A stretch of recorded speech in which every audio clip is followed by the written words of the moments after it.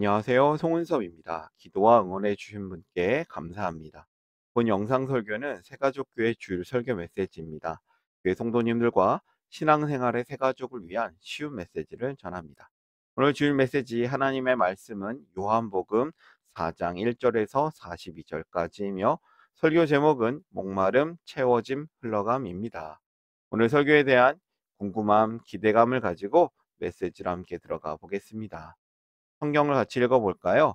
요한복음 4장 29절에서 30절까지 새 번역 성경으로 읽겠습니다. 내가 한 일을 모두 알아맞히신 분이 계십니다. 와서 보십시오. 그분이 그리스도가 아닐까요? 사람들이 동네에서 나와서 예수께로 갔다.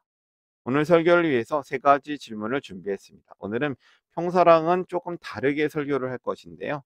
오늘 설교는 사실 기도회를 위해서 준비한 설교입니다. 한번 설교를 따라서 한번 가보겠습니다.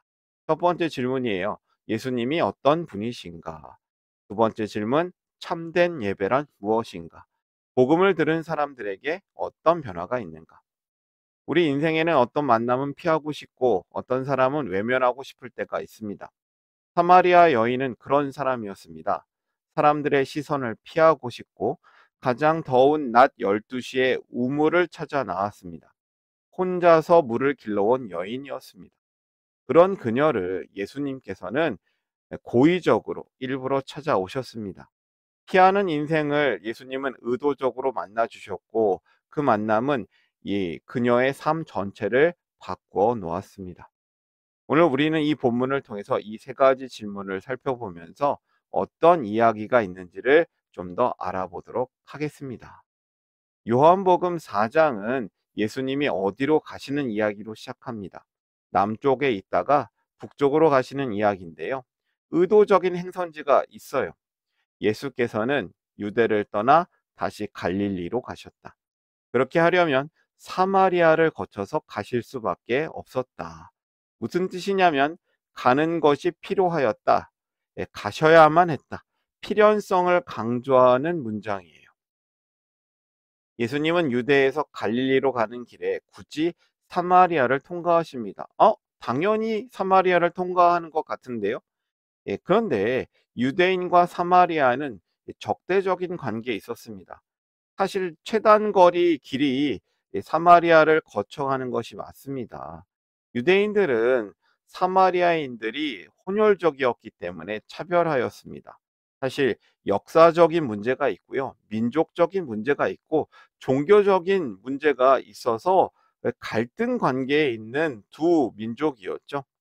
유대인들은 보통 사마리아를 피해서 멀리 다른 길로 돌아가서 갈릴리로 갔다는 것이죠. 그러나 예수님은 그 차별과 벽을 넘어서 하나님의 뜻 가운데 사마리아로 가신 것으로 기록되어 있습니다. 이 단순한 길에 대한 설명이 아니라 의도적인 선택인 것을 보여주는 것이죠. 하나님의 보시기에 하나님의 뜻 가운데 매우 중요한 한 사람을 만나기 위해서 가셨다는 것입니다. 예수님은 우리가 피하는 자리, 드러내기 싫어하는 상처, 외면당하는 사람들을 의도적으로 찾아가십니다. 우리의 부끄러움과 외로움을 예수님은 다 아십니다. 그리고 그 사람, 그 상황을 찾아오십니다. 계속해서 좀 볼까요? 오늘 설교 본문이 조금 깁니다. 다 읽어도 참 좋지만 조금은 압축해서 보려고 합니다. 요한복음 4장 1절에서 19절까지는 이 이야기의 배경인데요. 이 사마리아 여인 이야기의 앞부분입니다. 현장감 있는 이야기식으로 제가 재구성해 보았습니다. 같이 한번 읽어볼까요? 재미있는 드라마 이야기처럼 함께 읽어보겠습니다. 한낮의 태양은 사마리아 땅을 강하게 내리쬐고 있었습니다. 사람들은 더위를 피해 나무 그늘 아래에서 쉬고 있었지만 한 여인은 조용히 집을 나섰습니다. 그녀는 커다란 물동이를 어깨에 메고 마을 외곽에 있는 야곱의 우물로 향했습니다. 그녀가 이 시간에 우물에 오는 것은 이유가 있었습니다. 보통 사람들은 아침이나 저녁, 시원할 때 물을 길러 옵니다. 하지만 그녀는 사람들의 시선이 부담스러웠습니다. 마을 사람들과 마주치는 것이 싫었기 때문입니다. 이 지역은 수가라는 곳이에요. 이스라엘의 사마리아의 지역에 있었던 작은 마을이에요. 여기에는 야곱의 우물이 있었는데 예루살렘 남쪽과 갈릴리 북쪽 사이에 있어서 여행자들 사이에 지나가는 길목이었습니다. 이, 이 야곱이 직접 파서 자기 가족과 가축에게 물을 먹였다는 아주 오래된 우물이 있었는데 오늘날로 치면 작은 시골 마을에 있는 오래된 약수터 같은 곳이었습니다. 사람들은 종종 거기서 물을 길어 갔던 것이죠. 근데 정오 12시, 낮 12시에 이 우물을 찾아온 사람이 두 명이 있었습니다. 그런데 오늘은 이상한 광경이 기다리고 있었습니다. 우물가에 한 남자가 앉아 있었습니다. 그는 먼 길을 걸어온 듯 지쳐 보였고 햇볕에 얼굴이 그을려 있었습니다. 그 남자는 유대인의 옷차림을 하고 있었습니다. 사마리아 사람과 유대 사람은 잘 어울리지 않는데 왜 저 사람은 여기 있는 걸까? 여인은 조심스럽게 우물에 다가갔습니다. 그때 남자가 먼저 말을 걸었습니다. 물 좀 마시게 해 주시겠습니까? 여인은 깜짝 놀랐습니다. 당신은 유대 사람인데 어떻게 사마리아 여자인 저에게 물을 달라고 하십니까? 유대인과 사마리아인은 서로 말을 잘 하지 않았기 때문입니다. 여인은 예수님을 단순히 목마른 한 유대 남자라고 봅니다. 처음에는 이 거리감과 선입감이 느껴지죠. 유대인과 사마리아인은 여러 갈등이 있었기 때문에 그냥 당신, 유대 남자라는 호칭을 하고 있는 것이죠. 그러자 남자는 부드럽게 그러나 단호하게 말했습니다. 네가 하나님의 선물을 알고 또 너에게 물을 달라는 사람이 누구인지를 알았더라면 도리어 네가 나에게 청하였을 것이고 나는 너에게 생수를 주었을 것이다. 여러분, 이 목마른 사람이 처음에 누구였을까요? 예수님이었어요. 예, 그 남자였어요.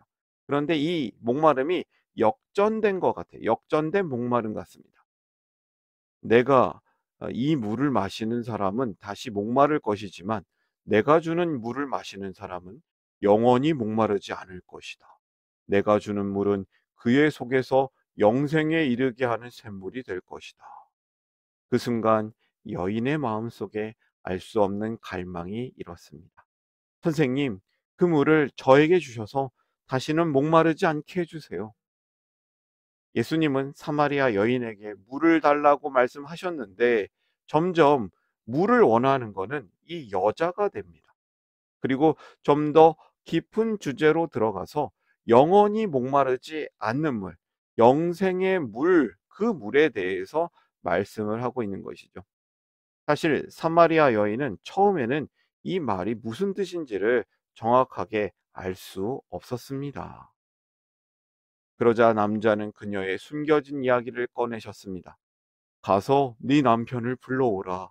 여인은 고개를 떨구며 대답했습니다. 저는 남편이 없습니다.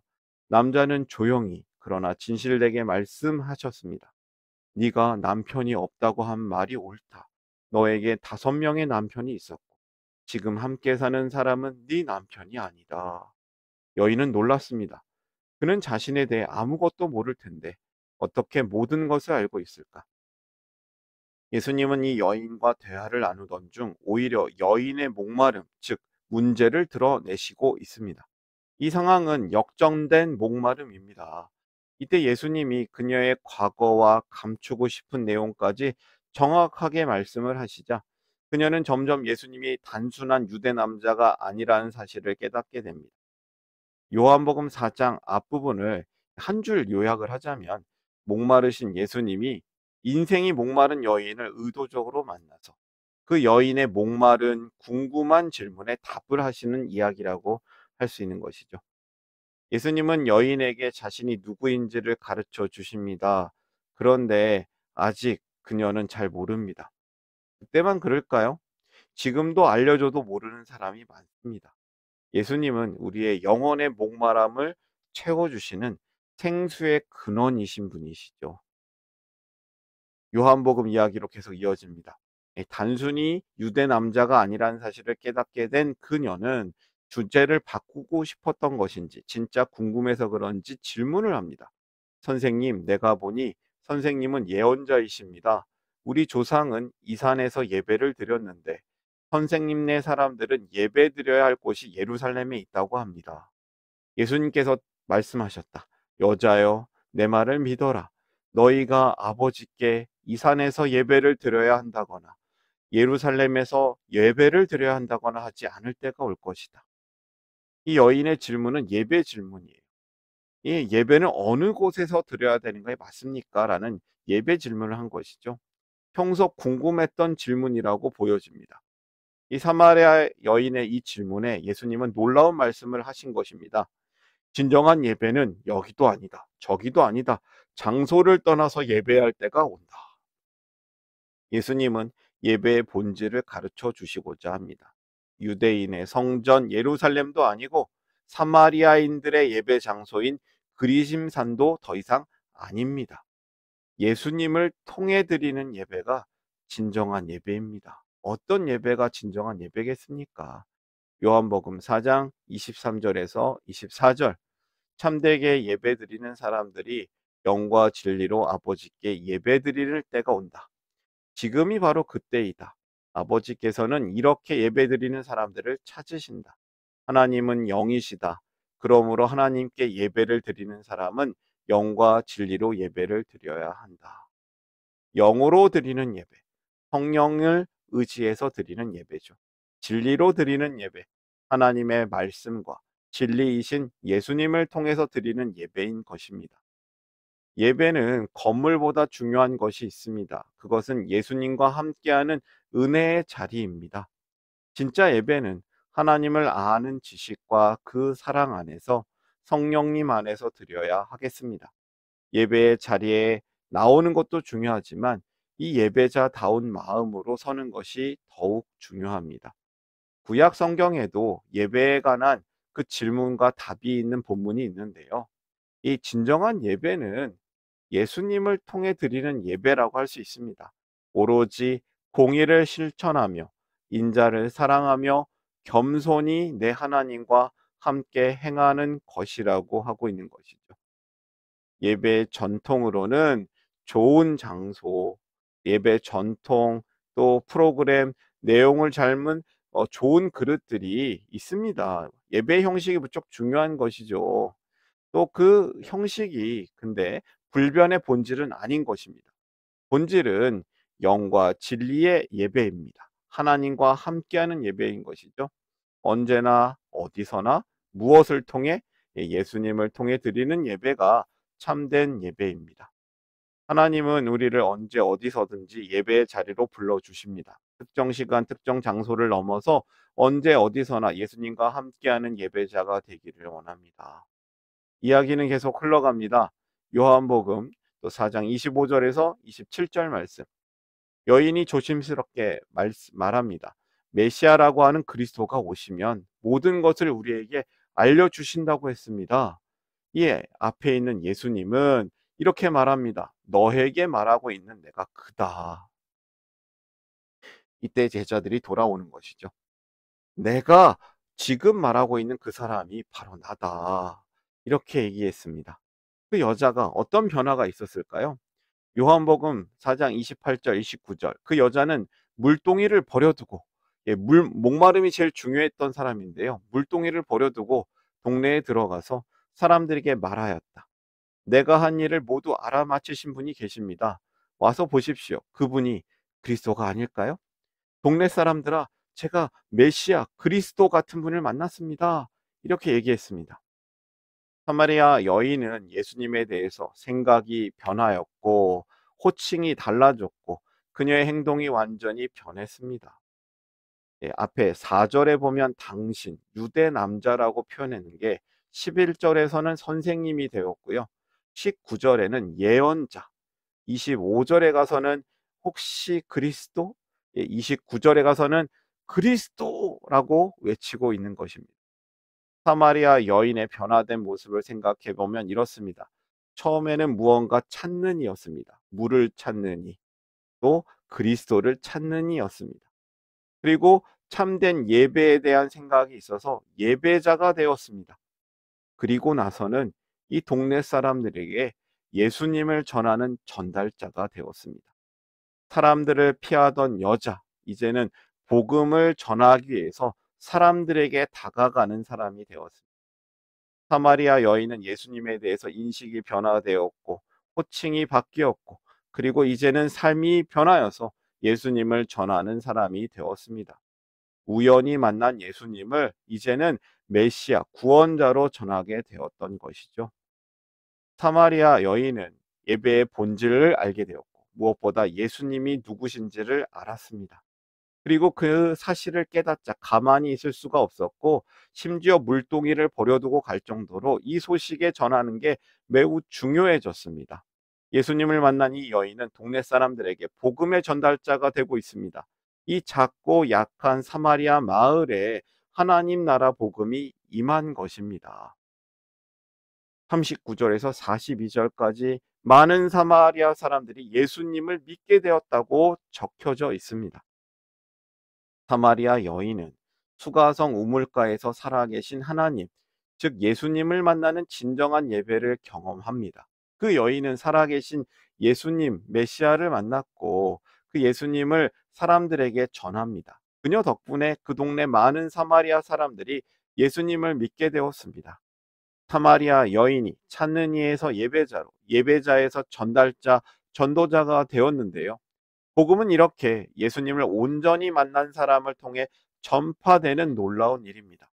이 복음이 한 사람을 넘어서 주변 사람들까지 공동체를 변화시킵니다.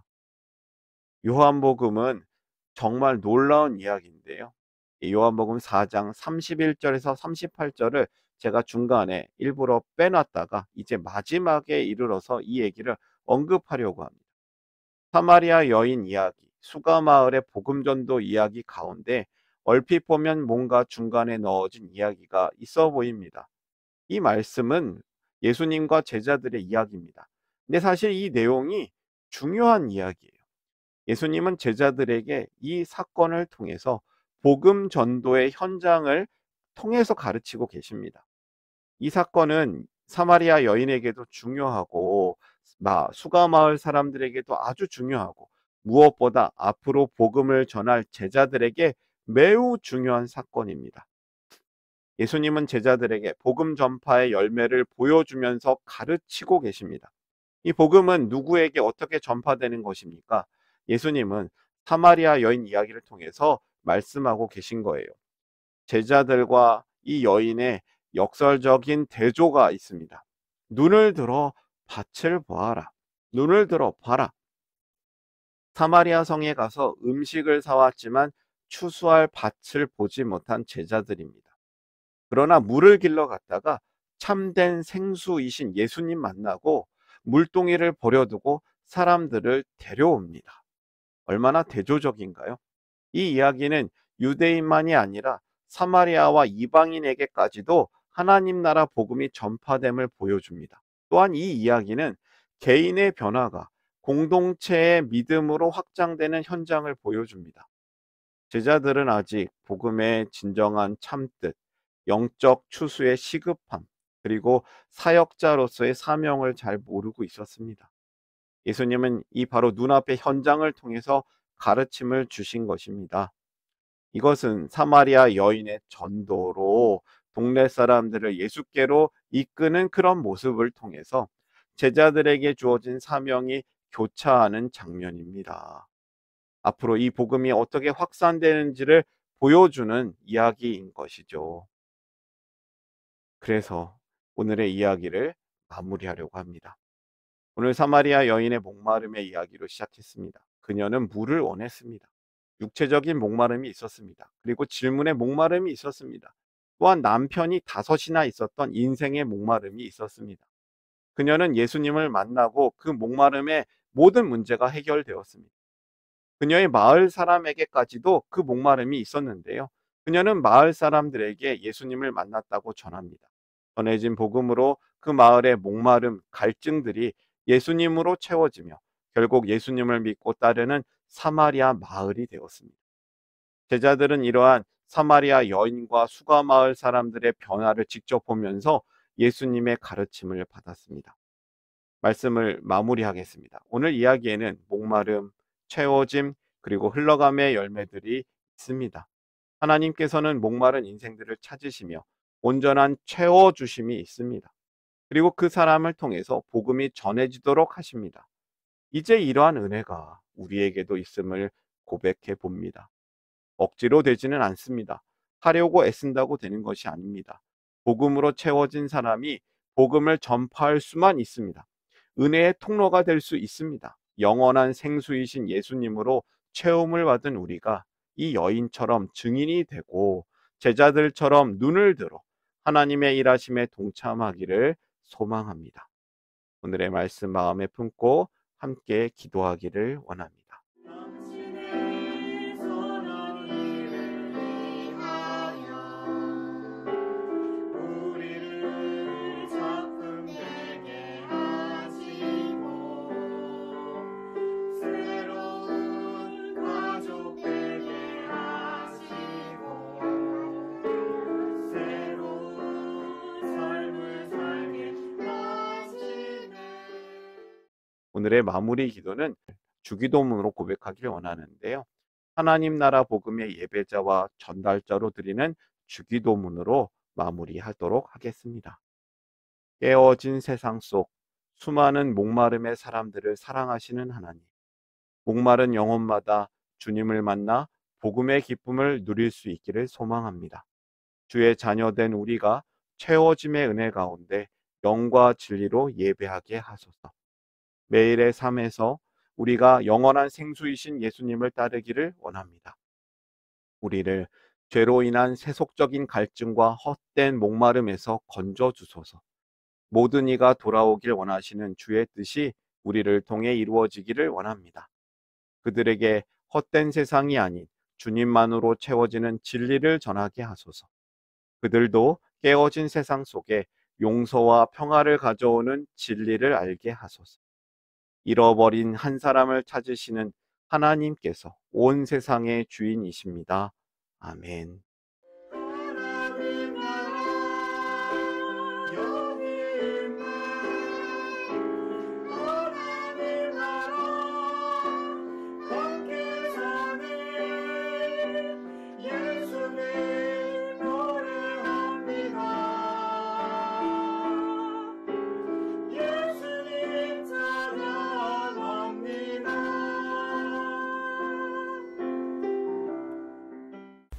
샬롬, 송은섭입니다. 저를 통해 또는 누군가의 추천과 우연한 기회로 이 메시지를 보게 되신 분들께 감사합니다.